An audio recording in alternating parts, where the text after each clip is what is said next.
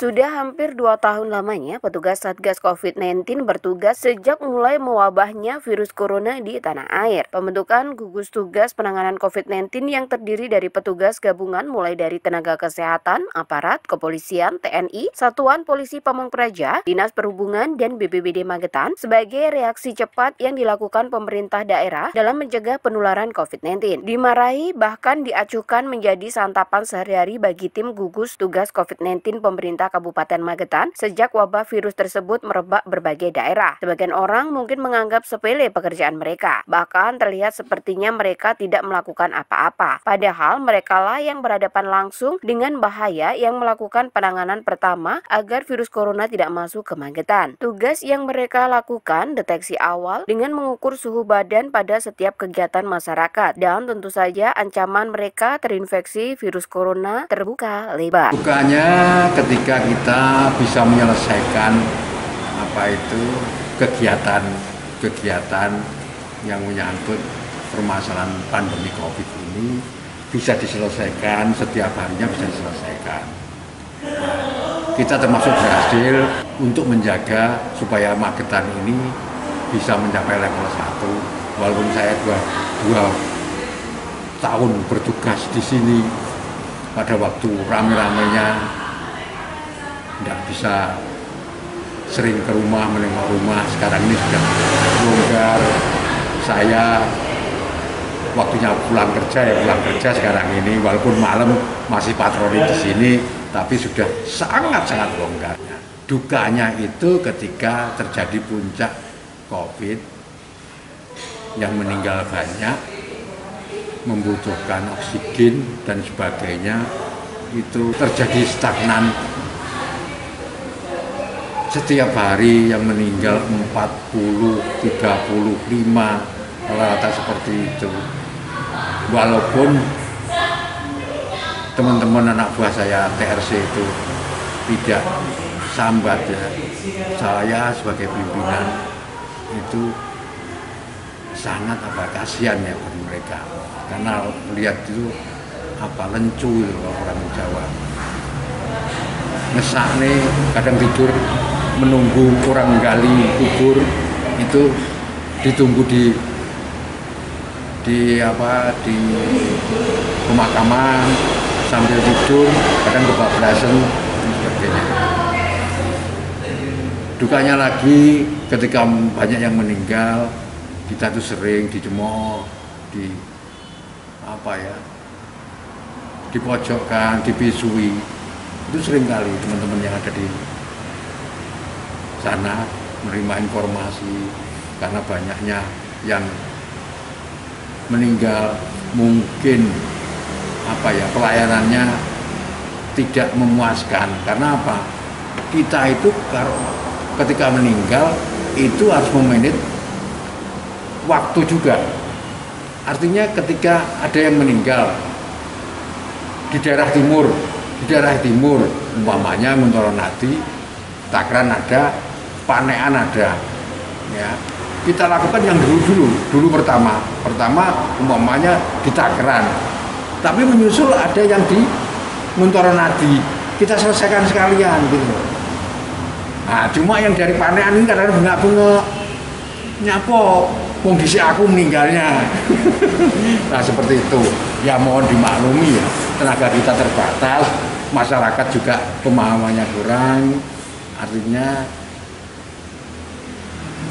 bisa kita atasi walaupun agak lama, tapi kita tetap percaya bahwa tugas-tugas kita akan selesai. Akhirnya kita ambil keputusan pada waktu itu harus ada pendampingan dari desa. Tidak boleh takut, tidak boleh harus ada tenaga dari desa, enggak kurang dari 2 orang harus membantu kita supaya lama-lama mereka bisa sendiri. Nah sekarang ini sudah jarang sekali ketika meninggal kita itu turun ke lapangan, karena sudah bisa melakukan edukasi Pak ya? Edukasi. Banyak terjadi kerucuan-kerucuan pada waktu pertama COVID. Karena begini, pada waktu awal COVID itu di Mojopurno dari pernyataan Gubernur Jawa Tengah Ganjar Pranowo menyatakan bahwa ada warga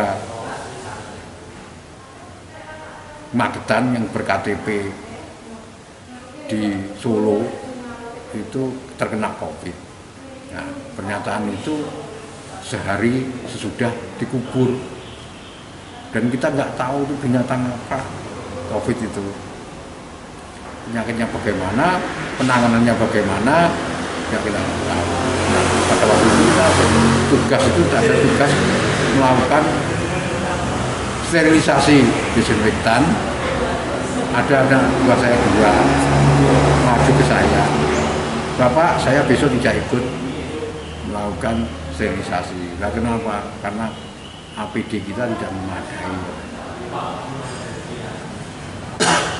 Saya suruh pulang, besok tidak usah kesini lagi ya. Tapi akhirnya ya ikut, karena yang mimpin saya langsung. Kenapa saya harus mimpin langsung? Supaya memberikan edukasi kepada teman-teman. Wong kepolone wani menyapo juga wani. Padahal waktu itu kita hanya tidak pakai APD, tidak pakai hazmat, kita pakai apa itu APD yang tidak standar seperti jas hujan yang kita pakai. Jas hujan. Nah, terus yang kelucuan lagi pada waktu kita penanganan pemakaman yang pertama itu yang dari Gresik ya, makamkan ke kita. Semuanya ketakutan, tapi terpaksa kita lakukan penanganan walaupun dengan gemetar teman-teman itu tetap melaksanakan itu. Setelah pemakaman selesai, disinfektan itu dipakai untuk enggak sekedar cuci tangan, dipakai untuk mandi. Nah, seperti itu. Setelah agak berani dijumpai di masyarakat pada waktu itu, banyak sekali daerah itu ketika terjadi ada yang perlu dimakamkan di desa tersebut ataupun di wilayah tersebut, itu perangkat lari, mudin lari. Akhirnya kita punya mudin sendiri. Ya sebisa-bisanya, tapi saya nilai ya sudah bagus lah si Narji itu. Banyak sekali, ada yang kemarin ada pembakaran apa itu, dan setiap apa ya kita pada awal-awal banyak penolakan pemakaman melalui prokes itu dari masyarakat, keluarganya dimakamkan secara prokes tidak dibolehkan. Itu yang kita edukasi, lama-lama tahu. Nah, yang terakhir kita kemarin terjadi di Kauman. Kauman itu meninggal di rumah, tidak ada yang merawat jenazahnya. Nah, kita pun menyampaikan itu tugasnya dinas kesehatan. Dinas kesehatan bukan kita. Siapa lagi? Akhirnya sudah Pak Hari, nek nggonmu gak iso, ya tempat saya pun gak apa-apa, tapi kursus no. Saya minta hari itu juga dikursuskan. Nah, kita pendekatan, kita melakukan, karena sudah terbiasa kita menangani itu, kita menangani tidak seperti SOP orang yang COVID seperti di rumah sakit. Kita pemulasaran kita kalau sesuai dengan agamanya. Jadi ketika yang meninggal itu agamanya Islam, kita sesuai syariat Islam. Kita sabuni, kita mandikan, kita kosoi dan sebagainya, kita sholatkan sesuai Islam. Yang penting bagi kami, kita menggunakan APD lengkap sesuai dengan prokes yang ada, tapi tidak meninggalkan zakat. Nyatanya teman-teman yang tugas melakukan pemulasaran itu tidak satupun yang terkena ataupun yang terpapar. Iya. COVID-19. Pak, dengan perjuangannya yang sedemikian rupa, itu ada nggak reward sendiri dari Pemkab Magetan untuk para satgas tim dan lain sebagainya? Itu ada nggak? Sementara ini reward yang bagaimana? Kalau reward sekedar uang saku untuk ketika kegiatan di lapangan ada apa memang pada waktu pertama kita tidak boleh menambah honor-honor seperti itu. Nah, setelah itu kita usahakan, kita mengajukan nota dinas Pak Bupati, dapat 75.000 per orang. Itu pun yang dapat bukan saya yang bertugas, walaupun sebenarnya boleh saja kegiatan itu saya dapat sebagai pimpinan di sini. Tapi saya tidak menerima, Pak Bupati tidak menerima. Sebenarnya apa harapan kita itu ada reward khusus bahwa tidak berupa uang, tidak berupa sertifikat saja. Itu sudah kita merasa diakui, sertifikat bahwa telah melakukan kegiatan penanganan COVID, sudah mencapai level 1, bisa mencapai level 1. Bisa pada waktu ulang tahun Magetan, bisa pada waktu 17-an. Tapi saya mengharapkan itu sama sekali nggak ada. Bukan untuk saya loh, teman-teman yang ada di lapangan itu ya. Bekerja itu harus ikhlas. Kalau saya tidak ikhlas, saya mungkin sudah kena. Saya lebih berani ditimbang teman-teman seperti Dokter Hari, seperti teman-teman yang lain. Toh nyatanya mereka oleh yang kuasa itu diberi umur yang lebih pendek dari saya. Mereka sudah berjuang mati-matian. Seperti di sini ada Satgas Pak Agus yang dari kepolisian itu juga meninggal. Terus Pak Hari, kepala dinas. Nah, itu sebenarnya pahlawan-pahlawan yang perlu mendapatkan pengakuan dari pemerintah, mungkin bidang keluarganya dan sebagainya. Karena nyawa taruhannya. Saya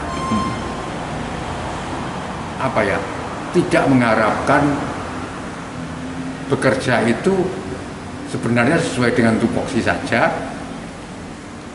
Kita lakukan dengan ikhlas. Saya tidak mengharapkan apa-apa, tapi kalau pemerintah itu memberikan perhatian seperti yang kita harapkan, dapat sertifikat apa bentuknya apa, monggo. Tidak dapat ya nggak apa-apa, tapi tetap saya bekerja secara kemanusiaan, memang bidang saya. Jadi baik itu bencana alam maupun bencana non alam, tetap saya sewaktu-waktu diminta tanpa dibayar pun saya bersedia. Gini, orang itu bekerja ikhlas itu pengaruhnya itu semangat dia bekerja. Walaupun kita badan capek kalau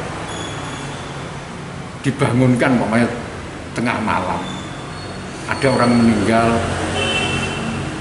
terus keluarganya tidak mau progres, itu kan sering kali saya ke rumah sakit. Saya dengan ikhlas bangun, dengan ikhlas mengurangi hak-hak saya. Pernah terjadi, saya itu mau sahur, lebaran mau dua hari lagi mau lebaran. Saya sahur di bel rumah sakit, ada yang nggak mau progres. Akhirnya sahur saya tinggal. Sudah sampai terus saya di rumah sakit, saya nego dengan yang bersangkutan sampai pagi nggak selesai. Sudah selesai, waktunya sahur sudah kelewat. Banyak sekali saya kurangi, seperti kegiatan anak saya, waktunya mencari pekerjaan, akhirnya terbengkelai. 75.000 saya dapat, kalau saya sendiri itu sebagai satgas sama dengan Yang lainnya seperti Pak Bupati, Pak Dandim, Bu Kajari, Pak Kapolres, itu sama. Bedanya sedikit, saya tidak boleh menerima honor lainnya, ya honornya satu. Saya 1.200.000-an satu bulan. Iya, makanya saya itu sebenarnya kasihan dengan teman-teman TRC itu, teman-teman yang ada di sini juga itu 24 jam walaupun dia menangani, kan dia terima telepon. Seringkali ada wartawan atau jenengan punya keluarga meninggal, orang yang ditangani karena masih menangani yang lain. Miso biasa, saya yang menghadapi akhirnya. Tim kita itu kalau yang pemakaman itu ada 30 sudah terlatih dan tidak pernah di depan saya loh. Di depan saya tidak pernah sambat, mengeluh nggak pernah.